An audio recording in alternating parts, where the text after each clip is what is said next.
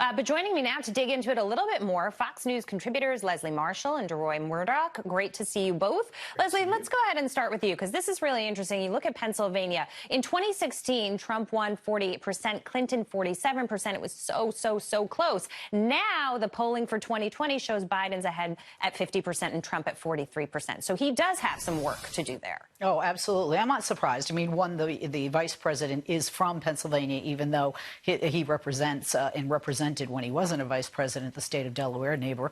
And in addition, Pennsylvania has some of those pockets. Hershey is one of them, like some other states in the country that went for Obama, flipped for Trump, and aren't happy now, even though the headlines are the economy is strong because of tariffs and some other things, some of the tax cuts that didn't make its way down to some of these middle and lower middle-class Americans in the working class. That's going to be problematic for Trump. And I think Pennsylvania, if Joe Biden is the candidate, I think it's going to be very difficult. And I think it'll be a bigger spread than we saw with Hillary and Trump in 2016. DeRoy, what does he have to say tonight when he gets on the podium to appeal to the voters to bring them back to his side?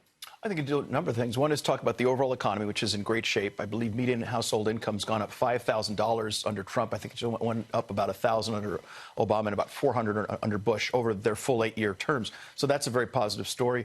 I think he can talk about any progress we might see with the U.S.-China trade deal. If that takes place, you heard a word earlier in that package, uncertainty. That's the biggest single source of uncertainty in the economy. If that goes away, I think the economy takes off like crazy. And getting a U.S., Canada, Mexico trade agreement done, looks like we may have a deal on that with the Democrats. If that finally gets passed and gets moving, that definitely will help the economies of Pennsylvania and elsewhere. It's interesting because you think about Pennsylvania, as you mentioned, Joe Biden's home state, and they're going to have to duke it out there. But also a new survey out showing, and this is, interesting, if you will, Hillary Clinton topping the list of choices for president in 2020 among Democrats. Now, it's possible that she does something that surprises us.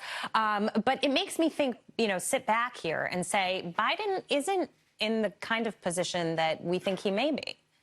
I disagree. I think that's one poll. I think it's an outlier. I would like to see Bernie Sanders and Elizabeth Warren supporters polled, or how many of them are in that poll. We clearly saw that in 2016, 12% of Bernie Sanders supporters voted for President Trump. An overwhelming number of them stayed home and contributed, quite frankly, to President Trump becoming president and Hillary Clinton not being president. She's not going to run. Democrats are progressive. They want to move forward. They don't want to move back. I don't see enthusiasm for her going forward for 2020. Anywhere near what it was in 2016, and the enthusiasm was huge, yet in 2016 she didn't win.